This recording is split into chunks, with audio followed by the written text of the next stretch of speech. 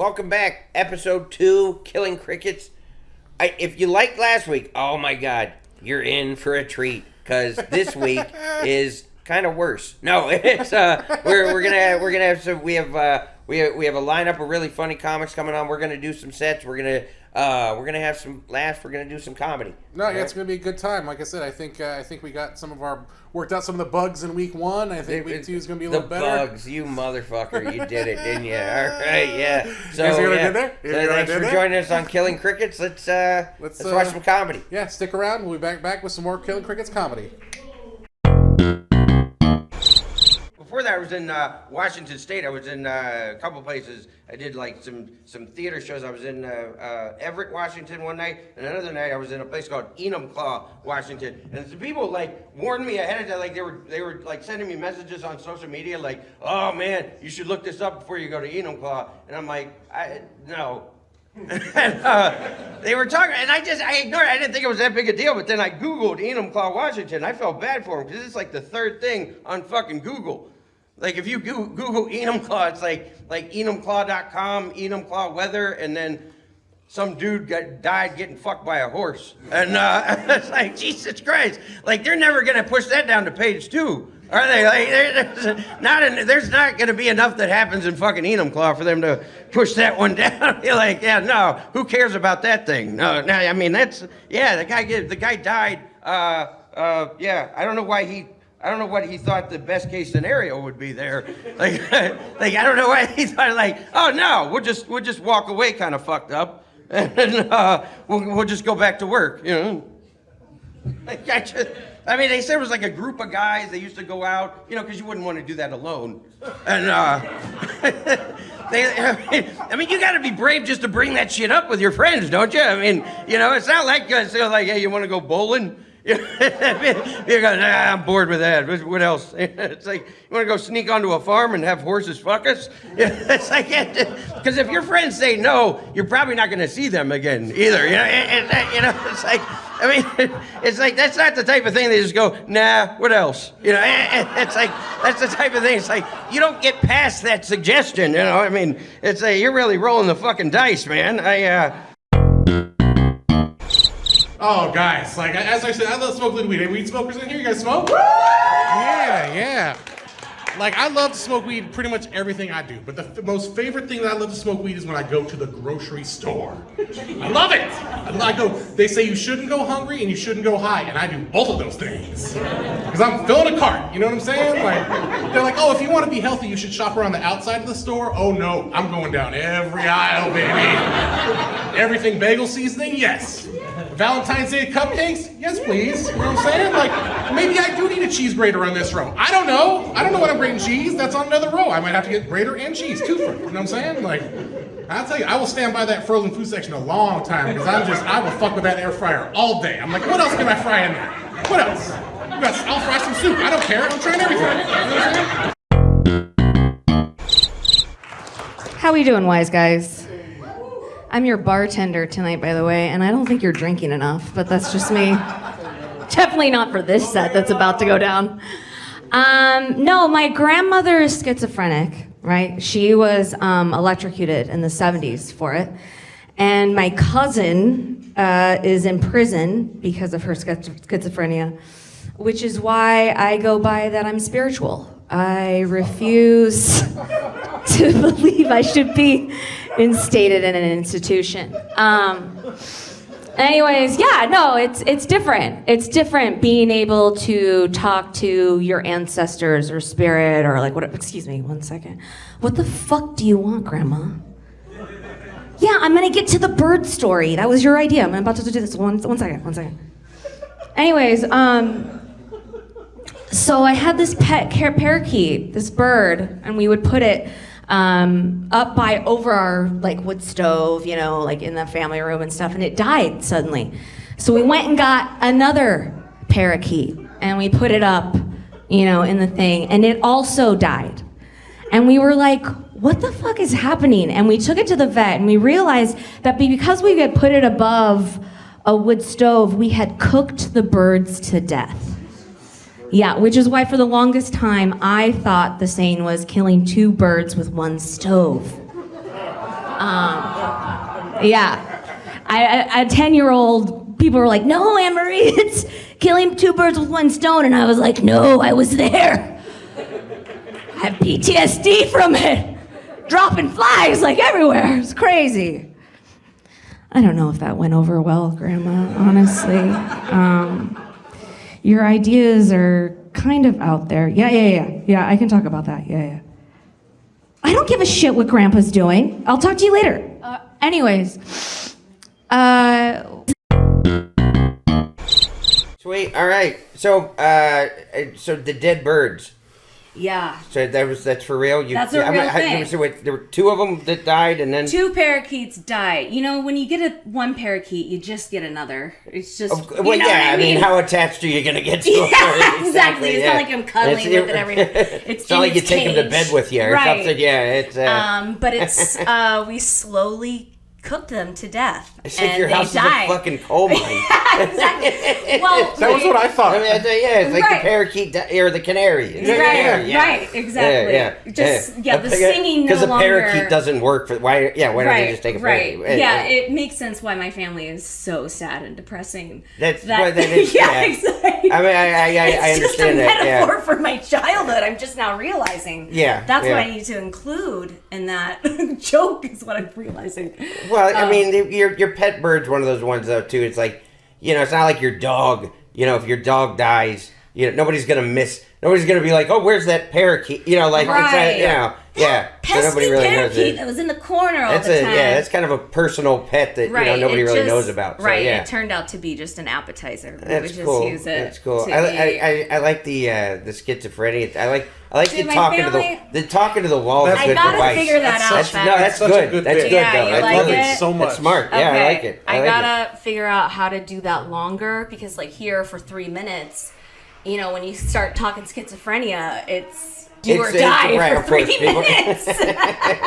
For some reason, people get uncomfortable with mental illnesses. Where is this going? And then it doesn't go anywhere. Because there's not enough time. But yeah. It'll be schizophrenia runs in my family, and so I always found that interesting. And it is. And I mean, when you're able to make comedy about it, though, it really is.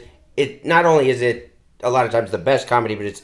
For you as an artist is the most gratifying. Right. Because it really does. You can actually synthesize something that's, really can be a source of pain, can be a source of discomfort, everything else. And when you're able to make comedy out of that, not only is it fun for you, it's for the rest of your family, I'm sure. Right. They're going to, they'll love that on a level that other people won't. My family, they only know how to make jokes. Yeah, it's always funny when it's somebody else did. Right. Of course, that's how I think I know. I mean, anybody who's really, anybody who's genuinely a comedic artist, and that's how they're, that's how they're going to process all that stuff, like all that stuff that people kind of like. I mean, it's a serious subject, but it's your life, and it's like you're going to have to either laugh or cry over it. Right. It's like it's better to make comedy out of it than to just cry over it. Dude, that's why I was so excited when the pandemic happened, because I was like, oh, everyone's gonna get a lot of trauma, and the only way they're gonna get out of it is to have to laugh. Like, I was like, yeah, get yourself some darkness. Some evil Welcome shit to this side, right? I'm like, together, right? Yeah, fuck cancel culture. It's all just kidding. Nice. You're all about that trauma culture, right? I'm like the trauma culture. Come in. It's the real trauma. Nice. Yeah, exactly. So it'll be interesting. Funny stuff. How long have you been doing comedy? 10 years off and on. Okay. I used to do a lot in LA. I was one of the night managers at West Side Comedy Club with Chris. So I started devote there. some more time. I know. Yeah, you should. I know I should, but I'm trying to find where 3 minutes. Like, I need to do like a 10-minute open mic, which is just gonna be so embarrassing, but like at the same time it's like what is needed, and you need to stretch your legs more. I need to stretch my legs more. Let me just do this like men, not spread, right? not spread. Oh, sorry, my bad. No, you don't need to man spread. Sorry, I thought I was on a New York subway. I thought I was on a New York subway. I think these pants even have like a hole in them because whatever. Oh, that's right. But you definitely should devote more time. Thank you. You definitely, Yeah, there's just a lot there, man. I'd love to I see know there what is a you lot could do to when you unpack. got to devote And I more love, time. Yes. I love every time you talk to the wall. I love it. Yeah, that's Okay. funny, That's man. so much Love more it. That's fun really to talk funny. to the wall. Fuck That's these really good. audience Yeah, members. good. And especially when like I don't care what Grandpa is Oh doing. my god, That I was should such do a crowd good bit. work with just my With the ancestors. wall. That's what it is. Yeah, I you should don't just do crowd work Don't even with worry the wall. about how they get it at first, either, because a lot of audiences might be too dumb to understand what you're trying to do at first. And I mean, I understand from my own perspective, it's like, that could be the type of thing that'll scare you off of doing it. Yeah. Because you'll be like, they don't get it. But it's like, they'll get it, stick Once with that, you man. 'cause commit that's funny, and just, man. yeah. That's funny stuff. Thanks, yeah. It's a dude. I great really bit. appreciate it. Yeah. All right, so then I'm going to go around and practice this more. Yeah. And then we come back and we see Come back the and do Yeah, Improvement. absolutely. Yeah, of course. And then yes. decipher it We, again. we will definitely talk again on here. Okay, if you cool. don't I'm mind. excited. Very But yeah, cool. Yeah. just time on stage. I know, said, that's it. I know. You're so good. I just You said, guys man, are if so you nice. just got a couple more sets a week, I think you could really get to another level. Yeah, Absolutely. I need to.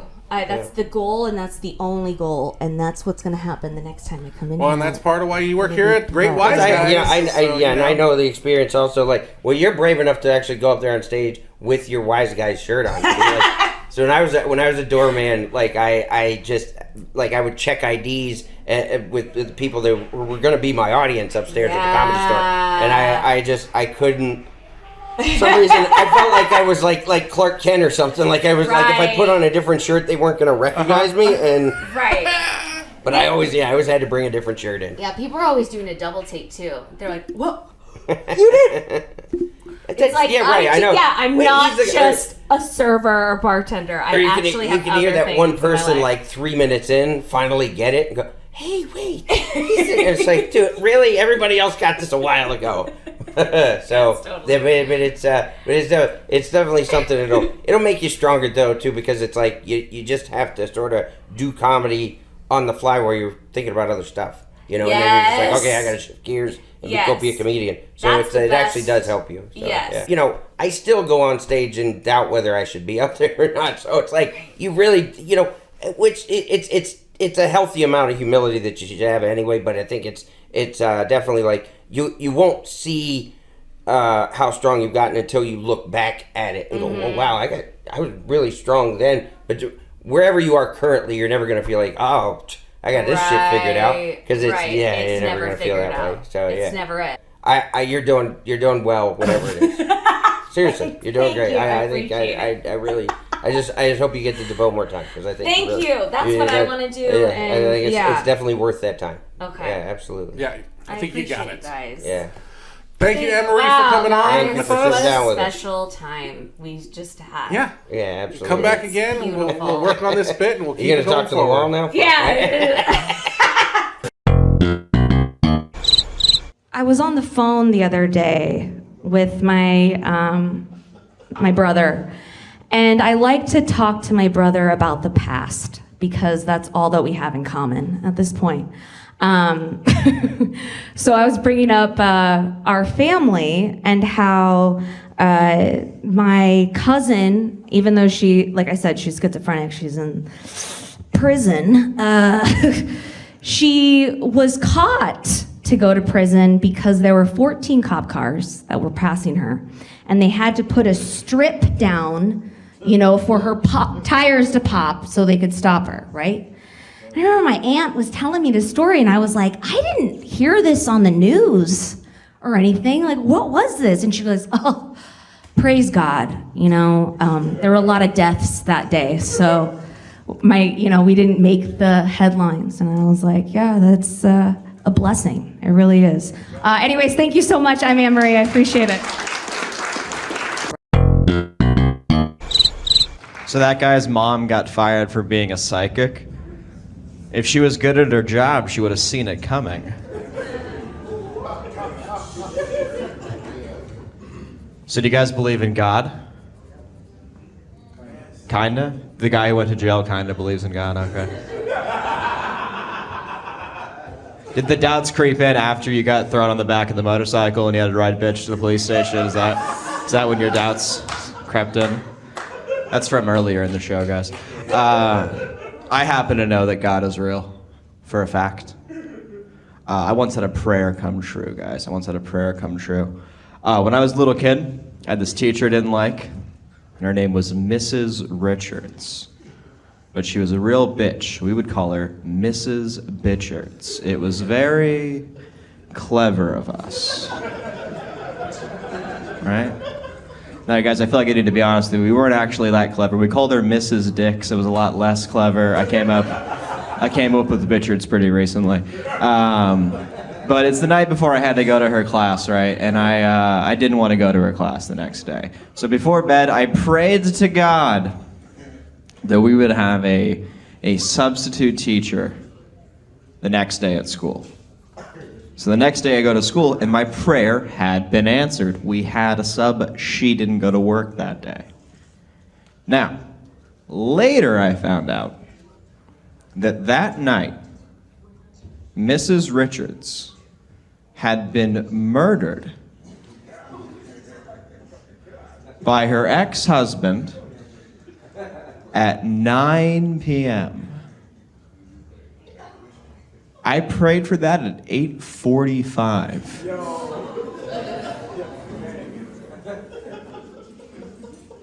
And I would just like to extend my condolences to the entire Bitchards family.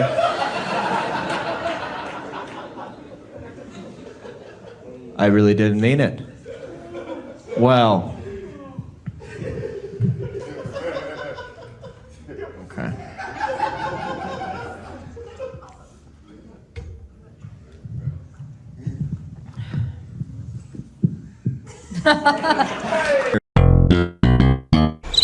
All right. Well, we want to get into this quick because Parker obviously has to get back to the docks. You know, I got called an out of work dockyard. Yeah. I mean, You're the longshoreman. with good cause. Yeah.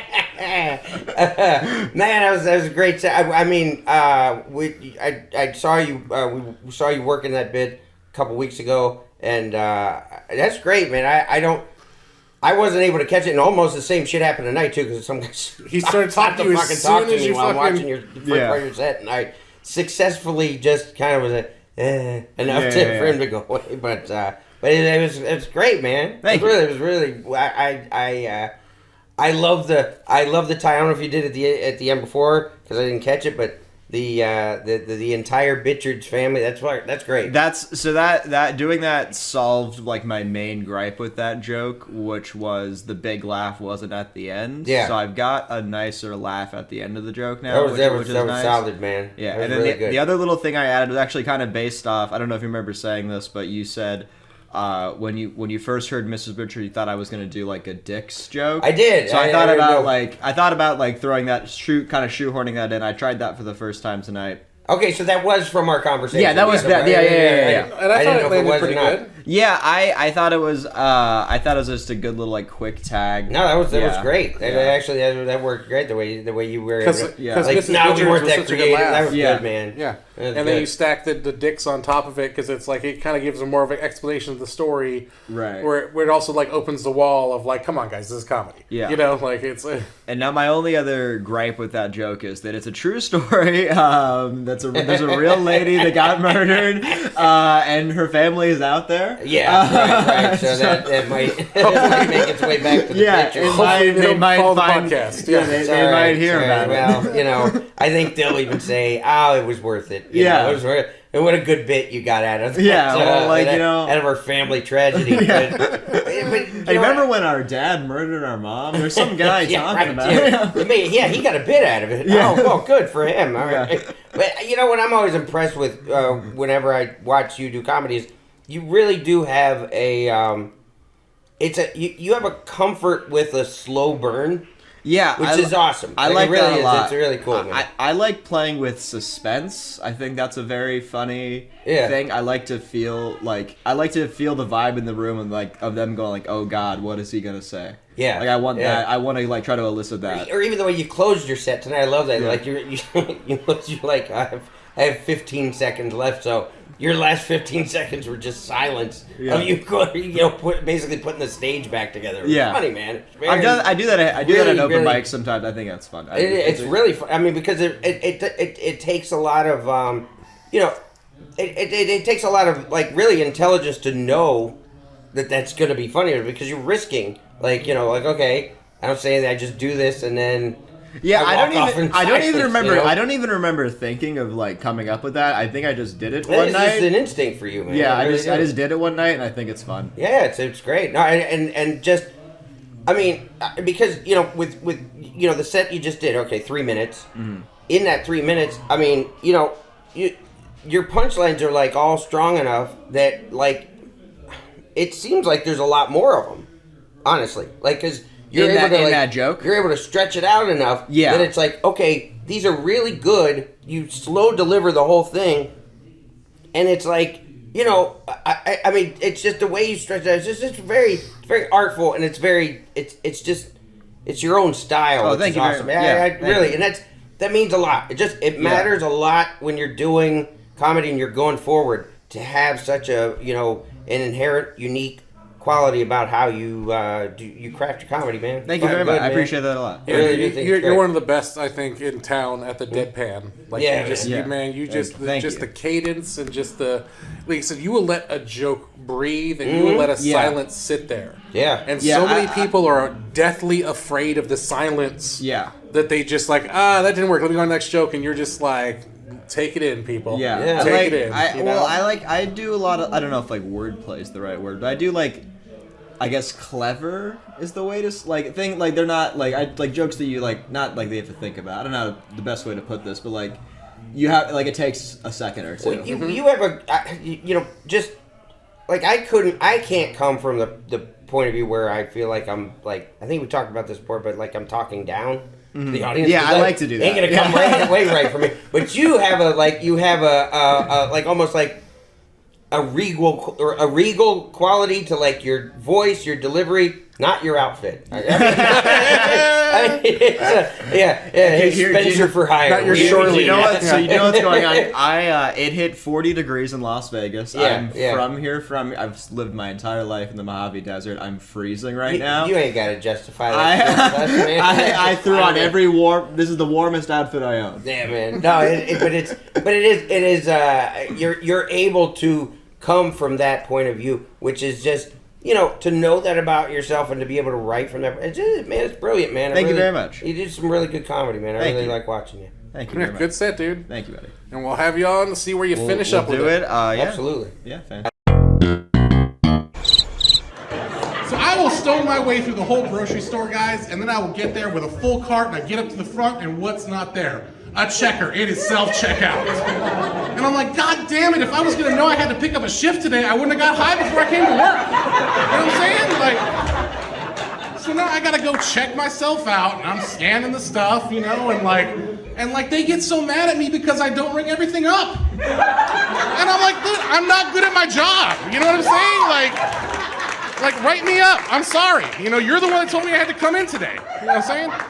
So when I mess up, you know, like I mess up, the chick, she'll come and help you if you mess up because the machine starts beeping and she comes over, and I mess up all the time. 'Cause, you know, like, so she comes over and she's like fixing it and scanning it. And I'm like, wow, Brenda, it's almost like you work at a grocery store. And it's like, if only there was some sort of, I don't know, checkout counter where you could go and I could put all my stuff and you could check it all out. I mean, well, all right, whatever. I'll just do it myself, you know? But then we get to bagging, guys, and I love a bagging. I'm a Tetris motherfucker, you know what I'm saying? Like, I will fit that thing in. I will put a watermelon in a bag. I will put everything in one bag. I don't care. I'm only taking 2 bags out. Whole cart, 2 bags. That's how I roll. I'm just saying. I mean, like, but I mean, they said, like, one of the guys, because the guy died from it, it was in 2005, I guess. They took him to the hospital. I was wondering when shit like that happens, like, how does that story even get out? I mean, I don't condone horse sex. Again, I'm running for governor of Nevada. Fucking posters. I don't condone horse sex. But I mean, like, they, you know, like, I don't condone that shit, but it's not like the horse is gonna fucking press charges. You know, I mean, really, when you think about it, I mean, it's one place your fucking story's safe, right? I mean, like because they said they took him to the emergency room and the doctors couldn't save him. I'm like, when you took him to the emergency room and then the doctor went, what happened to this guy? Why didn't they just go, I don't know.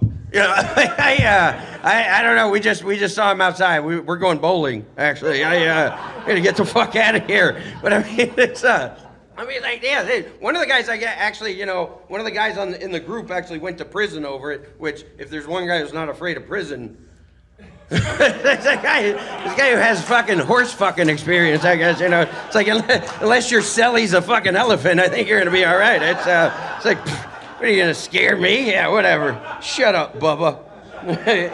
Get over here and give me a hug. It's like, I couldn't, I mean, yeah, they said I can't imagine what they said at the, bringing them into the fucking emergency room. Because the doctors tried to save them, they couldn't, they said it happened in 2005. It was like national news, I guess, when it happened. I mean, it'd be, I don't know if it'd be bigger now or not. I mean, because, I don't know if the guy would have, I don't know if he would have died from horse sex in 2023, I mean, they bring the guy to the emergency room now, with all his innards hanging out of his ass. He smells like horse shit. They're going to be like, oh, this guy's got COVID. And,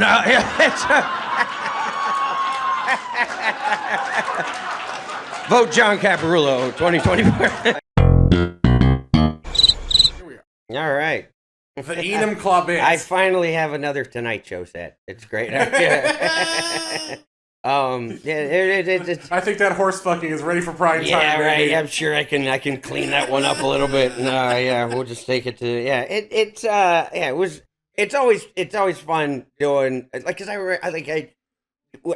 first started doing it when I did the Enum Claw show, and it was so funny because I literally looked that up on my phone as the feature act was up. Like in the back. Yeah, and I'm like, because I remember people they were, like I said, like Jamie, my wife told me that, you're getting messages about this, maybe you should look it up, whatever, and I'm like, whatever, I'm like, I don't feel like typing, and and then, I get to the show, and I'm just sitting there waiting to go on, and I'm like, hey, maybe, what were they trying to tell me? And I just Googled Enum Claw, and I mean, literally, it's like the third thing on there, and I remember the guy on before me that night goes, part of his, one of his last bits, he's like, Enum Claw is not the strangest place I've ever done comedy. And so my opening line was like, yeah, he says it's not the strangest place he's ever done comedy. Maybe he should Google fucking Enum Claw. Cause, it's, and it was funny because it was like this inside joke with 400 people or so. Like the whole crowd knew exactly what I was talking about. Mm-hmm. Like they knew just inherently here we go. We're finally going to talk about our thing. And I mean, and it's like, I didn't have anything planned. I just basically I had just read it. So I was basically kind of working out the mental trauma on stage. Yeah, because you're like, so I can't believe what I just read. Would you even, and I'm just sort of talking it out with them and they were right with me. So it was like one of those things that, I came up with it on stage and it's like, okay, great for me and everybody in Enum Claw, but it's like, am I able to make this a bit that I can, that I can share with more people? And because it really is like, there's a big, it's kind of a big hurdle. Like, okay, everybody in Enum Claw knew what I was talking about. So, I just said, all I had to do was allude to it. But then, here it's like, I have to introduce this idea to everybody in this audience. So it's like, you never know how it's going to hit them. You never know how, they're going to process it while you're trying to also, then do, little sort of observations and punchlines about it. So, but tonight was, I think it was, for the most part, I think they were with me. I think it was, ended up, they received it well. Well, I think the Google explanation gets everybody on board. You know what I'm saying? What's that? The Google explanation. Because everybody okay, because it's like, yeah, I'm sure that's definitely the third thing. Right. But the moment you say and they fuck a horse, it's just it's so absurd and ridiculous. Everybody's like, I gotta hear more. So I think it's a very good setup for it. Yeah. I liked, and I hadn't planned on doing the stuff about the running for governor, but it's always it's something like that. Sometimes when I get on a sort of a soapbox and start yammering about something, I always I end up I feel like a political candidate, so I put it in there, and it kind of fit well. No, I thought it was perfect. I think it was good, and because I remember when we did the jackpot shows, you did that on one of the 2 nights where you did the running for governor Nevada thing. Really well there too. And they were just they're with you. Where it's just I just feel like it just goes along with soapboxery. So so it worked well in those instances. It worked well for this one. So And it's a great for the most bit part, yeah. for like this charged political climate where like nobody really wants to run for office. And political correctness. And this is the no horse fucking platform. Don't share your warts and yes. No warts and no horses, and don't share your horse warts. Don't double down on it. Yeah. But so for the most part, I liked it. I think like when I do my caplet sets, it's usually like it takes me maybe because I used to do them like when I did them in LA, I was doing them once a month, and it was like we would always organize like a shoot that we had like this camera crew come out, and it was almost like a mini special every time. So it was I kind of had to get it right the first time, like whereas now since I've been doing it at Wise Guys, it's like I kind of have like my own setup basically with the cameras we have now or with the way I had it before. It's like I can work it out a few times. So it's like I've been able to work this one out, say 2, 3, 4 times. And then finally, a couple times it's like I felt like I had it right. And then whatever happened with like as far as like whether it was the clothes or the camera or something like that. So it was like it was never like to where I'm like, I don't want to put it out yet that way. So but I like it the way it was. I think it was good. So next week I can do something else. But dude, and I've heard that bit almost every time I think you've done it. Mm-hmm. It's always you always seem to find a new tag. Yeah, like there was like a couple of tonight I was like, I didn't hear that was great. I didn't hear those before. But, man. But then I hate when you miss some of the good tags you did before, and I'm like, I hate that too because I'm always like, I forgot that one, didn't I? Or like the one that you had planned that you were gonna do, and even though a set goes really well, you're like, it would have been that much better if I'd have had that line in there. Yeah, I know it's frustrating. It's that's comedy, I guess, but it's like we always beat ourselves over it, but nobody else knows you missed it. Nobody knows the fucking difference. They're gonna be like, "Oh, it was a great set" or whatever, and you're like, "Oh, you have no idea. Could have been one punchline better. God damn it!" And but it's always fun to put together a set like that, like sort of just because I mean that's kind of how all my bits come together. It's just kind of like, all right, because like when you're saying like about like adding tags to it, it's like. For me, what I figured out a long time ago is like if I have one good punchline, then I at least have enough confidence to go into a bit, to bring up a topic, tell a story, whatever. I got one good line, so it's like, all right, I'm not going to be wasting everybody's time, so I'm not just going to go into this topic and then have it just flatline and go, so what else is going on? So it's at least it's good enough that way. So it's like, you can always build on it when you just have that one good laugh in it. So like especially when you're bringing like a true story in, it's you border very close on that. Have you seen this? Have you heard about this? Right. That's a hard thing, especially when you're doing topical. Well, that's the thing. Yeah, like because that was the thing. Like when I did when I was on Chelsea lately. I was never the guy who had to bring up the sort of like what the story was. Chelsea always did that and sort of rolled the ball out for everybody. And it's like, it's a challenge in and of itself to introduce the topic and then tee off on it. It's a lot of intricacies you don't really think about until you're in it, I guess. Yeah. But man, I've loved watching you work that bit because like to me, it's really because it started with a stage riff in Enum Claw. Yeah. That was just it, and then you brought it back, and I saw I think the first time you did it here, and then you did it in your main act. We were in Jackpot, and I thought it landed well. They were on board there. But I mean, but just to see the iterations that you've done of it and everything, I mean, it's a good bit. I feel like it is kind of one of those where, as much as it was timed because it was 2005, I think it's still a timeless. Horse fucking is timeless. Because somebody in fact died also, so it's like you have enough time to sort of cushion that, so it's not as tasteless. It's tasteless, and I apologize to anybody who's directly affected by in the horse community. I apologize to anybody who had to go to that funeral, but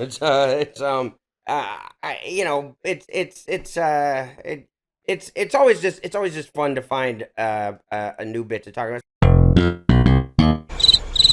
All right, that is episode number 2. Episode 2 in the books. It's in the bag. We handled our business again. I'm really sorry about Brian's set, and thank you for joining us on Killing Crickets. That's episode 2. We'll be back. Let's see. I think next we'll do episode 3. and then we'll go from there. What do you think? No, that sounds like a chronological order. That sounds fantastic. But it's numerical. Yes. You know, get it right. Anyway, if you like the show, like, subscribe. You know, I don't know if you've been on the internet before, but that's, you know, what you do. Yeah. And so it's on computers now. I don't need to tell you that shit. You should know how. And if you don't, you know what? Maybe you shouldn't have that device. So. But that's been another great week. Follow him at johncaparulo.com for all tour dates and everything like that. I'm at brianshinanigan.com. You can see us every week at Jimmy Kimmel's Comedy Club. Yeah, every Tuesday. And we'll be back next week for another episode of Killing Crickets. Yeah, man. Peace.